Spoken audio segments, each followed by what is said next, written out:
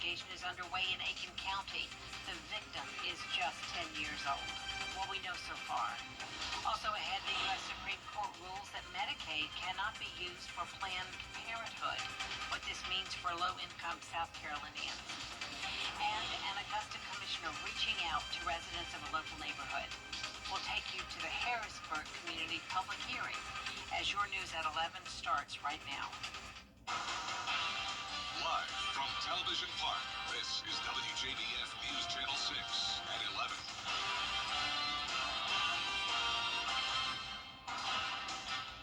Good evening, everyone. I'm Jenny Montgomery. Thanks so much for joining us.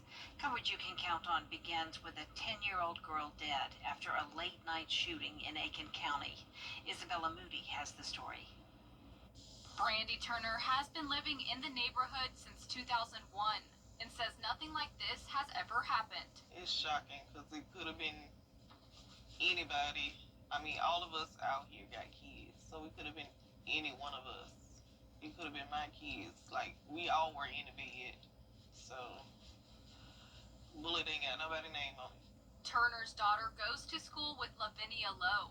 She says her kids woke her up when they saw the ambulances and police cars. Ain't no telling who it was, who they were looking for, if they coming back. Even though Turner was already planning to move from the neighborhood, this has only motivated her. Well, it really don't matter. Anywhere you go ain't safe, but for this neighborhood to be as small as it is. A statement from Sheriff Martin Sawyer with the Aiken County Sheriff's Office said, "Any murder is unacceptable, but the murder of an innocent child is the most depraved act possible. And these families and this community should not have to endure acts like this." The Aiken County Sheriff's Office has all its resources focused on this murder and the murder that occurred over the weekend. I have requested help from other local agencies, state agencies, and federal agencies to assist us with these two cases. Isabella Moody reporting. The Supreme Court just ruled that people who are enrolled in Medicaid cannot use that coverage at Planned Parenthood in South Carolina, even if it's not used to get an abortion. This goes back to a 2018 order from Governor Henry McMaster, who directed state agencies to remove clinics from the state's Medicaid provider list. Planned Parenthood sued the state, saying that under federal law, Medicaid recipients have a right to choose any qualified provider, but the High Court disagreed, saying that federal law doesn't give patients the right to sue over provider access. What it does mean is that our patients will no longer be able to come to us for their annual well woman exams, the pap smear, the breast exams. Planned Parenthood says as of now there's no date set in stone as to when this is going to go into effect. It's time now for a first check of the weather. Here's Chief Meteorologist Jenna Petracci.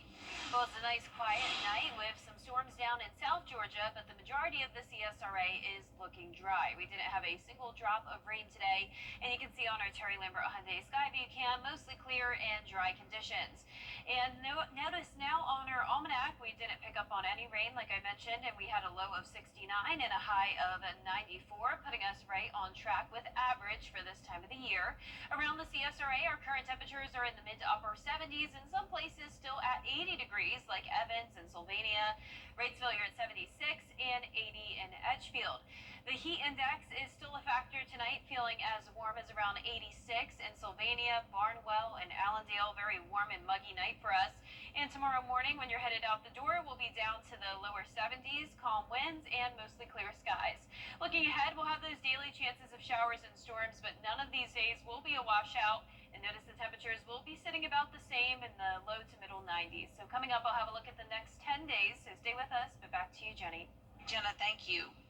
Many of you in this area, and even as far as Columbia, reported seeing a fireball streak across the sky today. News Channel 6 received numerous calls and messages regarding the sighting. This video was captured on a Tesla dash cam by Brian Jennings Updike. The National Weather Service says it was most likely a meteorite. If you are going on a hike to the lake or to camp this summer, there's a high chance you'll have an encounter with mosquitoes or ticks. The spring and early summer months are the time of year when there's an increase in these types of bugs, but a combination of Hurricane Helene, recent rainfall, and humidity have led to an uptick in mosquitoes and ticks. Protection for both insects is similar, but doctors say it's harder to find ticks than mosquitoes because they're smaller. Even though it's hot, wearing long sleeve clothing and boots, closed-toed shoes, socks is the best way to prevent ticks from being able to find an attachment point on your body. If you are out hiking or in wooded areas, take a shower afterwards. So if there is anything on you, you wash it off pretty quickly before it's had a chance to attach. Doctors also recommend using deep bug spray to protect yourself as well as your sunscreen. Use your sunscreen first and then bug spray. The city of North Augusta has put a temporary stop to animal shelters volunteers taking any of the animals from the shelter. North Augusta leaders expressed concern that allowing volunteers to take impounded animals could create issues for the city if something like an animal attack were to happen. Volunteers say a new shelter is desperately needed in North Augusta, and if something isn't done soon, it could create more problems for the city. They can see an influx of a pet population, injured pets on the street, which isn't really, something that I don't think that they care about. But more of those pets, if they're unaltered, they're going to populate, and there is going to be an overpopulation. There already is, and it's going to be so much worse. Right now, city leaders are declining to speak about the matter publicly, claiming they want to hear from the city attorney and discuss the situation before commenting. Augusta Commissioner Jordan Johnson hosted a community meeting at the Hagler Boys and Girls Club tonight. The purpose was to talk about issues in the Harrisburg neighborhood. Hannah McDonald was there. This meeting gave residents the chance to voice their concerns, ask questions, as well as hear updates about what is going on in their neighborhood. Among the topics discussed was what changes need to happen. Nancy Blanchard has lived in Harrisburg for 7 years and told me this was the most positive meeting she's attended, but she still has concerns. The blight, because I just feel like that when you have a clean community, you have a productive community. I'm excited about the things that we can accomplish. I'm excited that all the different agencies showed up that are working to make Harrisburg a better place. Mary Pruitt has lived in Harrisburg since 2018. She says she went to the meeting with nothing specific in mind, but was curious to hear her neighbors' concerns. Being a homeowner, I just wanted to know about, different things like the blight ordinance and things like that changing, what exactly is being done about crime in the area. I know there's been a lot of recent incidents that a lot of people were concerned about. District 1 Commissioner Jordan Johnson says many of the issues that community members brought up did not catch him by surprise. He tells me the meeting was community driven and wants to hold more in the future. We get an opportunity to engage the community in ways that they wouldn't otherwise be engaged. But it's going to be up to us to really put our boots to the ground to find solutions and to really act on some of the things that folks are asking for. I mean, I told him tonight, there's going to be things that I can't deliver on. It's things the city won't be able to help them with. But at the end of the day, it's our job to listen, and it's our job to try our best to find solutions, and that's what we're going to commit to doing. If you have any concerns or questions about what is going on in your community, you can find Johnson's contact information on our website at WJBF.com. In Augusta, Hannah McDonald, WJBF, News Channel 6. Masters patrons will have more options to fly into the Garden City next year. Delta confirmed it's adding 3 new nonstops for next year's Masters tournament. Patrons will be able to fly in from Los Angeles, Nashville, and Newark. Airline officials say this will be their largest Augusta schedule to date. 4 new foster homes are opening in the Augusta area. Workers in the Evolve program say more foster homes are needed because not enough people are willing to be foster parents. They say some of the children need specialized care and they need to limit the number of children in a home. Evolve alternates the kids between sets of foster parents who take turns coming to the home every week so the children can stay in one place. It's a big day tomorrow for News Channel 6. We're excited to host a Touch a Truck event as part of our Your Hometown tour stop in McDuffie County. That's part of this year's Freedom Blast. You'll see all types of vehicles, including police cars, fire trucks, and tractors across the street from the McDuffie County Courthouse on Railroad Street. The goal is to give kids and kids at heart a chance to explore the trucks and meet first responders. Freedom Blast will also include a kids zone and a fireworks show. Join us for your hometown Freedom Blast tomorrow. We'll broadcast our 4, 5, and 6 p.m. newscast live from the event at the Thompson Depot. Coming up, it's Lightning Safety Week. What you need to know to avoid being struck after Jenna's forecast. And there is the possibility of some lightning as we head into the weekend, but the chances of rain overall are pretty low. I'll have that full Viper 6 forecast right after the break. Goodbye, everybody. I'm CRV all-wheel drive LX. the live Viper 6 Skyview Network, sponsored by Terry Lambert Hyundai. Now, your most accurate forecast with WJBF Live Viper 6. Welcome back. Well, there's been all the talk about the fireball today. Well, it's the Booted meteor shower tomorrow. That's when it peaks. So if you missed it today, you may be able to see some shooting stars if you're headed out before dawn tomorrow. That'd be pretty early in the morning, or after sunset tomorrow evening. Find a spot away from city lights, look up and to the west-northwest, and you may see those shooting stars. And the good news is that we won't have a lot of moonlight. It's a 9% lit crescent moon, so it will be a little bit more visible than it would be with a full moon. So you can see now on our Terry Lambert Hyundai Skyview cam in Waynesboro, it's very quiet outside. Last night, the lightning was lighting up our skies, but it's completely different tonight. We're bone dry, and we're sitting at 77 degrees, a south breeze of 5 miles per hour, and dew points are in the lower 70s. Around the CSRA, we have upper 70s through low 80s, 80 currently in Edgefield, 81 in Barnwell and Allendale.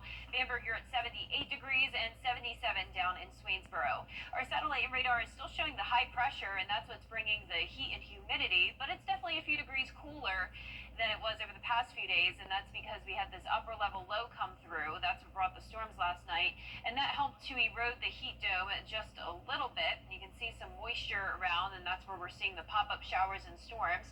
Now, for our farmers forecast, we're still completely good when it comes to the drought, so no issues there. We've picked up over 3 inches of rain for the month of June, but we could use some more rain eventually. But the good news for any of your weekend plans is that things are looking pretty dry. For your hometown tomorrow, Freedom Blast, from 7 to 10 p.m., we're going to see just a slight chance of some showers and storms. And when WJBF is out there early for the Touch a Truck event, it's definitely going to be hot and humid with temperatures in those lower 90s. Now, let's take a look at our futurecast tomorrow at 2 p.m. We're starting out the afternoon dry. Then once we get to around 4 to 5, some showers and storms will start to develop. Some of them could be strong, but you can see it's nothing widespread. We dry out again as we head into our Saturday morning, and then same thing. Once we get into the afternoon hours, some showers and storms will fire up here, but the chance of severe weather with any of these is pretty low. That continues through Saturday evening, and notice the chance of rain is the same again for Sunday, with high temperatures around 93 to 94 degrees. If you're headed to the coast this weekend, there is a slightly higher chance of rain at some of our beaches, such as Tybee Island, 50% chance there. Nice warm water, though, very high UV index. Rip currents look pretty good. We're going to feel the heat still, with the heat index up to around 100 to 103 degrees as we head into next week, but nothing like 110 like what we had a few days ago. And you can see our low temperatures tonight will be close to average at 70. Highs tomorrow will be in the lower 90s. And that 10-day forecast is showing very consistent temperatures as we head into the next 10 days. We're going to see a slightly higher chance of rain next Tuesday and Wednesday. That'll drop our temperature just by another degree to 91 on Thursday. And your 4th of July holiday looks pretty good. Chance of storms, but not a washout. All right, sounds good, Jenna. This is something Jenna was really paying attention to. It's Lightning Safety Week, and fire crews across the state are sounding the alarm. This comes after 15 people were taken to the hospital Tuesday night following a lightning strike at Lake Murray in Lexington County. The experts say summer is the time to remain vigilant for pop-up thunderstorms. Fire officials suggest planning your shelter areas before getting to your destination in case of a pop-up storm. Still ahead, U.S. lawmakers received briefings on the attacks on Iran's nuclear sites. We'll have the details after the break. But first, the winning numbers in tonight's South Carolina Lottery: pick 3, 9, 3, 3, And the Pick 4 winning numbers tonight, 9916, Fireball 7. We'll be right back.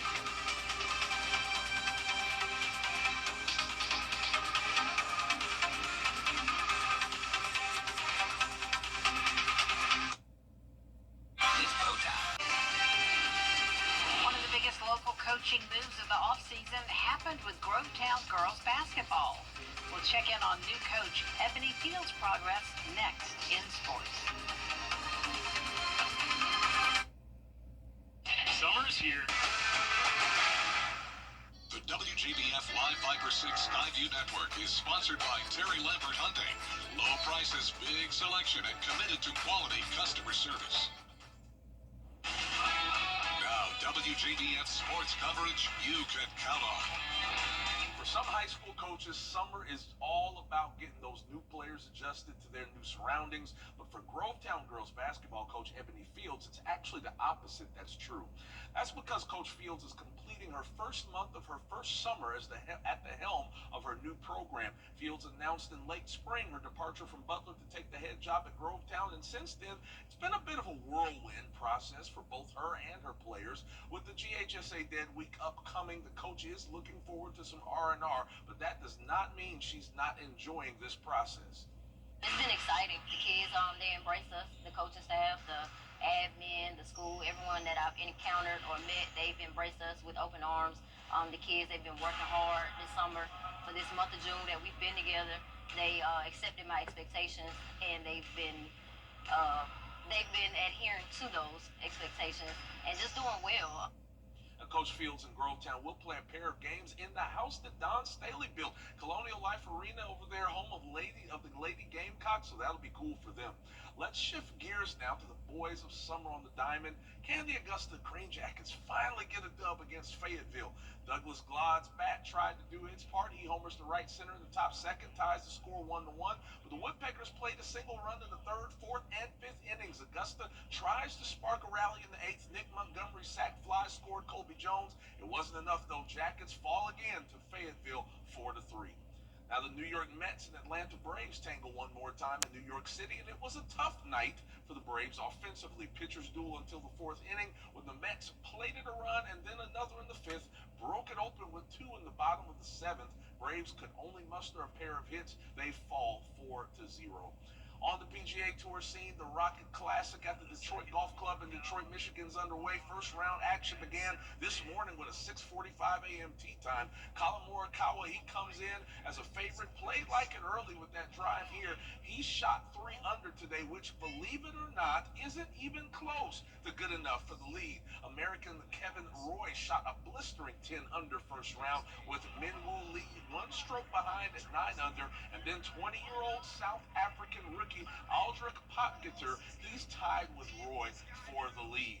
And last but certainly not least, set your TVs to turn on at 9 a.m. this Saturday morning, that right here on News Channel 6 for the All CSRA Awards Show. The hour-long show will showcase our recognition of the best athletes the CSRA had to offer during the 2024 and 25 calendar year, hosted by yours truly, as well as our sports director, Gianna Cefalu. This year, it's not just football. We're highlighting all sports and all athletes, so in case you miss it Saturday, it will re-air on Tuesday, July 1st at 7 p.m. That's it for sports. We'll be back right after this. If you have to